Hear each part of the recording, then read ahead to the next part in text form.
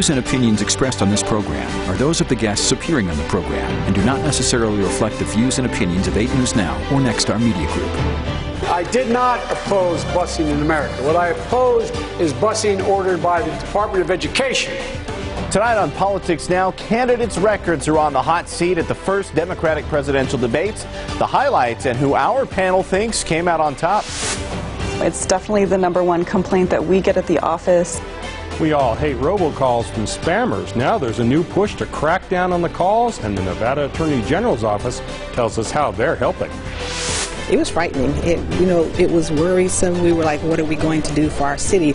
North Las Vegas says it is moving on up. How the city went from nearly losing its charter to a thumbs up from the bond rating agencies.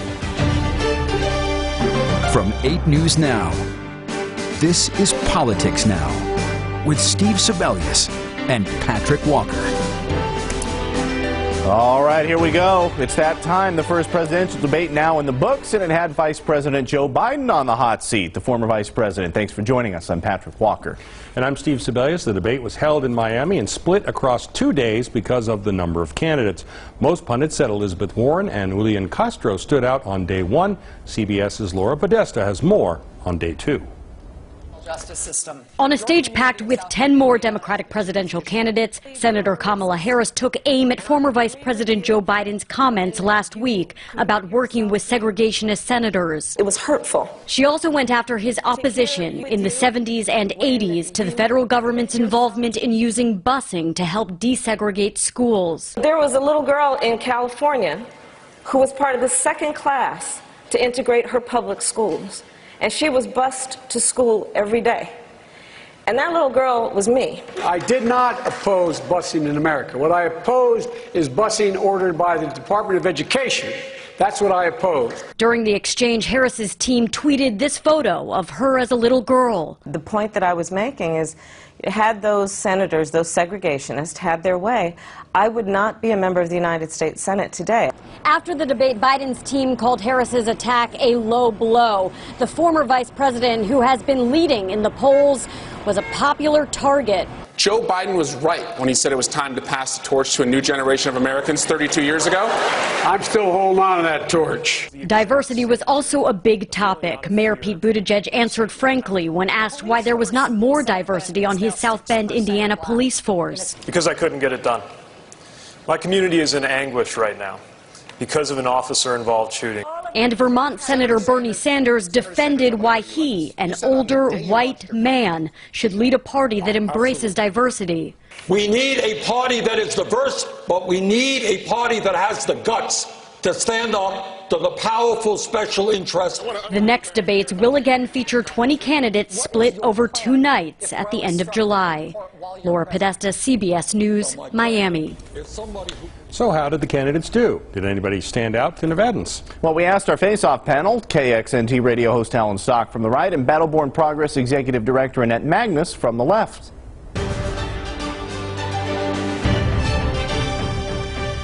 Is there any clear front-runner that came out of either night of the debates? I think in the first night you saw Elizabeth Warren shine. I think you saw Julian Castro shine. Both of them had very specific policies that they talked about. Elizabeth Warren is a policy wonk, which is what I love most about her, actually. And so I think you really saw her kind of in her element that night. I think Julian Castro really pushed people on immigration policy, and that was really important because having a candidate of color up there talking about immigration policies, which he's lived in Texas, is a really important part of this campaign. I think on the second night, you saw Kamala Harris really go for Joe Biden, and I thought it was pretty great. You know, she had a lot to prove in this debate. I think that, you know, people have really underestimated her when she is compared to people like Joe Biden and Bernie Sanders. And so having her on the stage with them, able to debate directly with them, I think was a really important part of the campaign for her. I don't think Kamala Harris came off as good as you think. I don't think she did. All the polls that came out right afterwards showed that she didn't gain the traction that people who were supporting her had hoped they would, that she would. She did go after Biden in a big way. Swalwell went after Biden also by saying, you know, you got to pass that torch, like you said 32 years ago, a line that he stole from JFK. And I think that Biden was one of the big losers. I've said before, he's not getting the nomination. He's one of the big losers. He did look tired. I don't think I've ever seen a candidate on either side of the aisle in any debate ever start to get to a point of responding to a challenge and then stop and say, oh, my time is up. The answers were kind of all over the place when he did respond. So I think he was one of the big losers. I actually agree with Alan on this. I think, you know, Biden and Sanders were seen as the front runners coming into this. I think, again, the two women both nights were underestimated because you had Beto, you had all these people on the stage. I'm sorry, but the two women shined, and they outshined the men on the stage. And I think that's a really important factor here. I was reading, on average, the women, those in particular Kamala and Warren, both got more time to talk than the men because they were talking about substantive policy and they were holding people on the stage around them accountable. A lot of anger on the stage both nights, not coming across with any real humor. There weren't any light moments. I think a lot of mistake. These candidates don't know how to be lighthearted. And again, you can go back to people like Clinton we've talked about, and Reagan and John Kennedy, and people like that who knew how to be able to have an easygoing way in a debate. None of them really had that except for one, and I know you're going to completely disagree with this. And I wouldn't vote for any of them, but I thought that Tulsi Gabbard came across as the least desperate, the most poised, the most articulate of all two nights. Well, there is Alan's hot take of the week right there for you. You can watch the rest of the breakdown on LasVegasNow.com. Well, just last month alone, Americans received 4.7 billion robocalls. I think I'm getting one right now, as a matter of fact. Like half of that came to me. Exactly. The federal government, they want to crack down on those robocallers, announcing on Tuesday that they hit 3 robocall companies with millions of dollars in fines. Investigators say these companies were behind around 1 billion robocalls, but some fear this action may not have much of an effect. Alex Quilici is CEO of the call blocking company Umail. When there's a crackdown or an enforcement action, you see fewer robocalls from the people who were cracked down on. They usually stop. The challenge is they're replaced by someone else who often does the same scam. Oh, the government recently gave phone companies more power to stop robocalls from reaching our phones, but it's not clear when that will actually go into effect. There's also a joint effort between the federal government and state governments, including Nevada, to try and track these robocallers down. Senior Deputy Attorney General Laura Tucker sat down with us this week to tell us how Nevada's Consumer Protection Division is doing its part. Enforcement efforts are going to have to just try to counter them technologically, counter them with prosecutions and all that. Yes, we do what we can on our end to enforce these. They are definitely difficult to track down because the very problem is that we don't exactly know where they're coming from. They're not coming from where they say they are. So the first thing we do is that we'll get a consumer complaint, and our office will check and see if we can figure out if the number is actually from Nevada. If it's not from Nevada, say it's from another state, then we might turn it over to that state's AG office, or even the FTC or the FCC if they're helping us out. The issue is really that a lot of these are coming from out of the United States, and that's even more difficult. It's hard for our office to deal with, and it's also hard for the federal government to deal with as well. So they try to work with other countries and their law enforcement to try to stop these people at the source where it's happening. Yeah. And that's probably also why the Attorney Generals of the Virgin Islands, Guam, and Puerto Rico have signed on to this Traced Act as well. Exactly. Yeah. Are there any current prosecutions? Are there any companies from Nevada that you're currently prosecuting for violations of telemarketing rules and whatnot? Well, all of our investigations until we file a lawsuit are actually confidential. So Are there I any can't lawsuits say, currently going on? Not as far as I know, no. A lot of people, you know, they see the news releases and look over the things that your office has put out and said, oh, well, who would fall for that? That's crazy. You've got to be stupid to fall for that. But we really shouldn't dismiss it that way. You definitely shouldn't. There are very intelligent people that fall for this because the scammers on the other end they're messing with your emotions. They're trying to appeal to your fears, and those things are separate from how intelligent you are. Yeah. If somebody has been defrauded, what should they do? The first thing they should do is they should file a police report, and they should also file a complaint with our office, with the Nevada Attorney General, and also with the Federal Trade Commission online. That's at ftc.gov is the website for that. Yeah. In our office, you can also file online or give us a call and someone will send you a complaint form. And you want to make sure that you provide as much information as possible. Any of the numbers that they appear to have called from, any numbers that they provided to you, any names, if you have any sort of documentation. There's not usually documentation, but sometimes there is, like if you made some kind of payment. So any information that you have is helpful. Well, we have links on who to contact and what to watch out for with robocall scams. That's on LasVegasNow.com. I'm sure there are a million scams out there. Yes. So was there any one that stuck out? What's the most common one? Well, Laura said the common scam is when the grandparents hoax, where you get a call from somebody claiming to be a grandchild, saying they're in jail, they need money, but please don't call my parents, and tell them all that. And so that's a fairly common one. They tried that on me, but since I have no kids, it did not work. Yeah, something was missing there.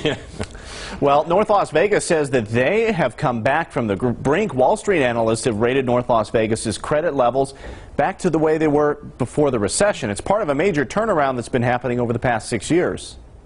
6 years ago, the city of North Las Vegas found itself on the brink of insolvency. $152 million in structural debt, a $7 million budget hole for that year, and a $17 million deficit projected for the following year. It was frightening. It was worrisome. We were like, what are we going to do for our city? But in my opinion, failure was just not an option. At that time, the state was threatening to take over running the city. We made the decision that North Las Vegas was going to win. We had won our whole lives. We had enjoyed our community here, and we were not going to allow ourselves to be the one that gave the charter back. Of course, North Las Vegas isn't the only city that had financial troubles coming out of the recession. Think of Stockton, California, or Detroit and that entire area. What is unique is the speed at which the city has recovered. After 6 years, it's a different picture. The city's bond rating has gone from 12 steps below junk status to pre-recession levels. Moody's rates the city at A2 investment grade, a 2-level jump. S&P bumped the general obligation bonds up 3 notches, from BBB to A, and utility bonds up 4 notches to A+. Better credit allows the city to refinance its debt, saving tens of millions in interest in the coming years. Residents are going to feel a direct impact from these savings because we take it and we reinvest it right back in, increasing services, hiring more people, things like that. The city has fast-tracked permitting processes, attracting businesses like Amazon, Fanatics, and Hyperloop to North Las Vegas. The goal, diversifying the economy and providing more opportunities for residents. If you look around, you see lots of construction, you see lots of orange cones. I just say that's progress. It's like building a wall. You have to do it one brick at a time. Well, North Las Vegas city officials say they're not resting on their laurels. Staff will continue to further improve the city's bond ratings to continue stretching taxpayer dollars further on city services and investments. Ramping up solar power, the 3 new projects that NV Energy has planned for southern Nevada, and why one of them could even be a record breaker.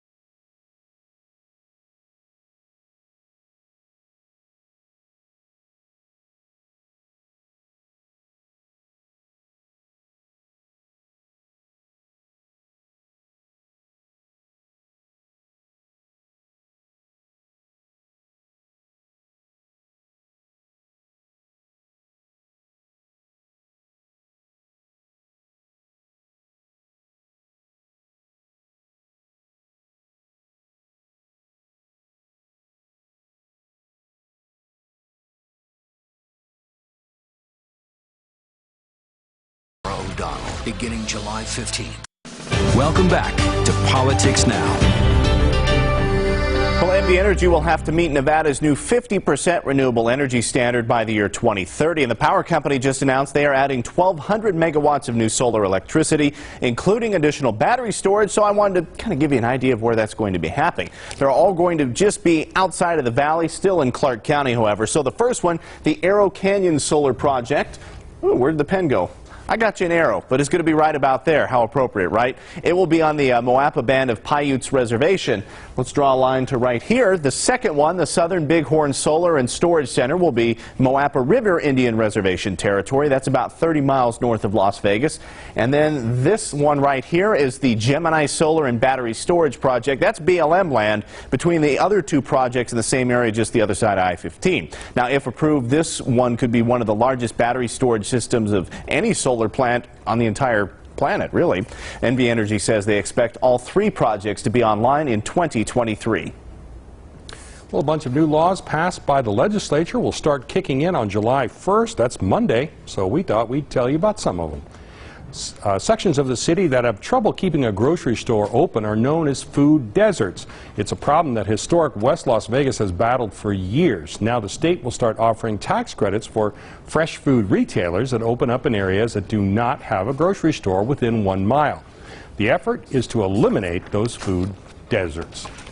And around 77,000 people in Nevada with a felony conviction will instantly have their right to vote restored on July 1st. Going forward, anyone released from prison will be allowed to vote as soon as they are out. And people with some misdemeanor marijuana convictions will have the chance to wipe those off their record. If you were convicted of possession of less than an ounce of marijuana in the past, starting next week, you can ask the court to seal that conviction so it won't show up on your record anymore. And medical marijuana use will be on the list of things that can't be used against you in a child custody case. It's part of a list of people that will be illegal to discriminate against in child welfare or adoption cases. Others include those who are deaf, blind, or physically disabled. That also starts on July 1st. Well, get ready for the political ad onslaught.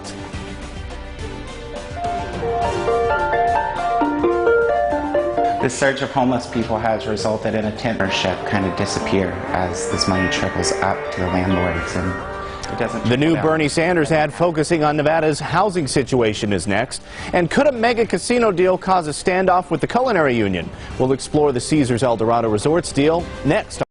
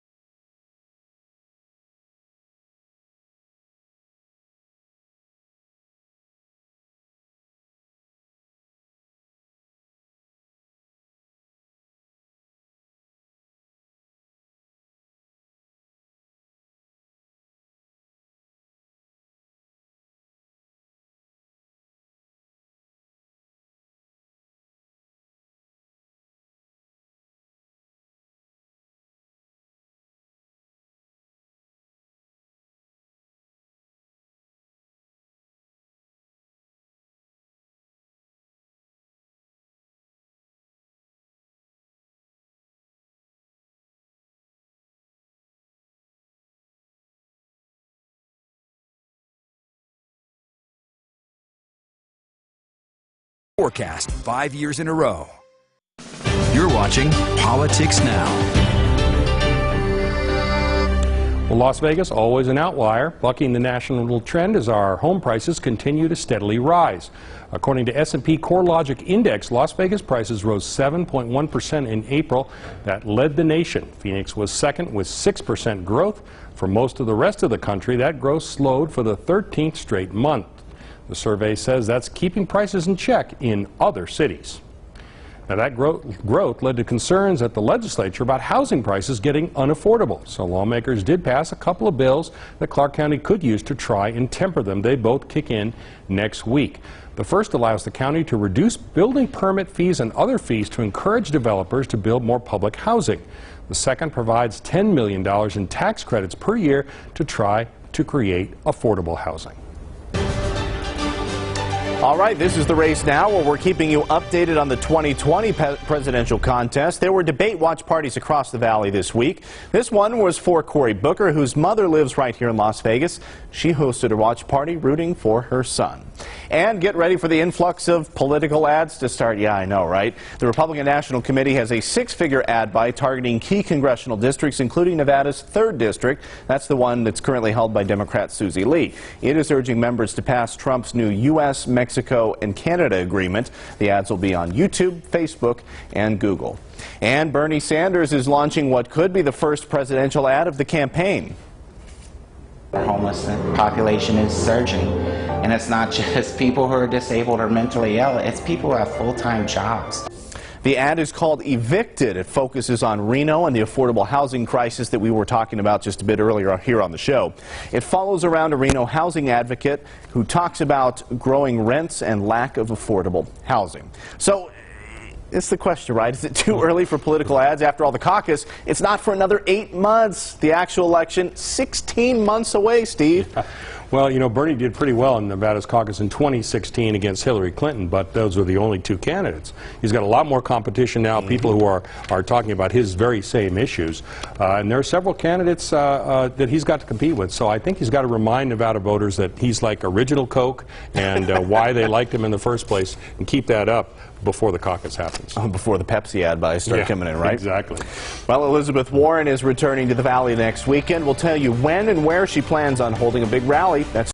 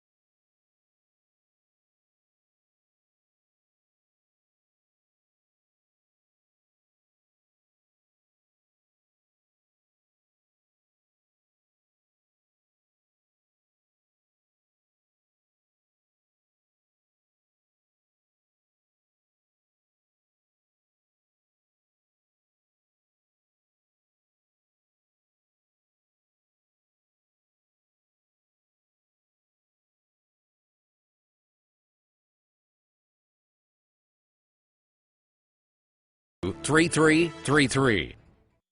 You're watching Politics Now.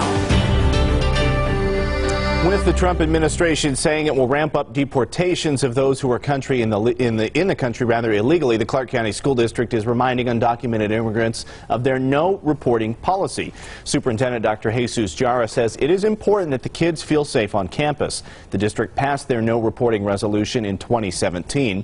The school district also applauded a Supreme Court decision on adding a citizenship question to the census, saying it would have cost them money through undercounting.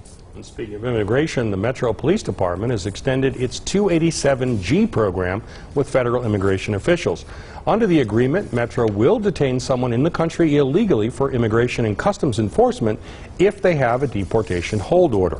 Metro says it's not applying this program to offenses such as traffic tickets, just the most serious crimes, but immigration advocates have accused the department of applying it differently. The agreement was set to run out on Sunday.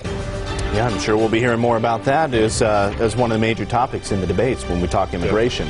Well, this is What to Watch, where we tell you about what we are keeping an eye on next week. Democratic presidential candidate and Senator Elizabeth Warren will be right back here in Las Vegas campaigning July 2nd at the East Las Vegas Community Center. She was last here at a union conference. That was back in April. And Independence Day, of course, it's Thursday. There will be the Summerlin Parade in the morning. Big parade that's over in Boulder City, and of course tons of fireworks and festivities all around town, both legal and illegal fireworks, of course. And all of our politicians will be in town to celebrate as well. So, of course, from both of us, we want to wish you a very happy 4th of July. But also to not play with illegal fireworks, it's not good. It is unbelievable. You can go up to Spot on the Hill, and it's across the valley for hours and hours, all night long. It's already started. I'm sure you've heard it at your place, too. The firecracker. Oh, yeah. It's already, people are firing them off. So, you know, it's, but as a youth, I have to confess, I did play with a large number of those fireworks, so I can't really condemn anybody now. I just say, be careful and have a safe 4th of July. The statute of limitations, I think, is passed, yeah, so you're good. So. Well, thanks for watching Politics Now. You can email me, Sebelius, LasVegasNow.com. P. Walker at LasVegasNow.com for me. Stay up to date online. We'll see you next Saturday.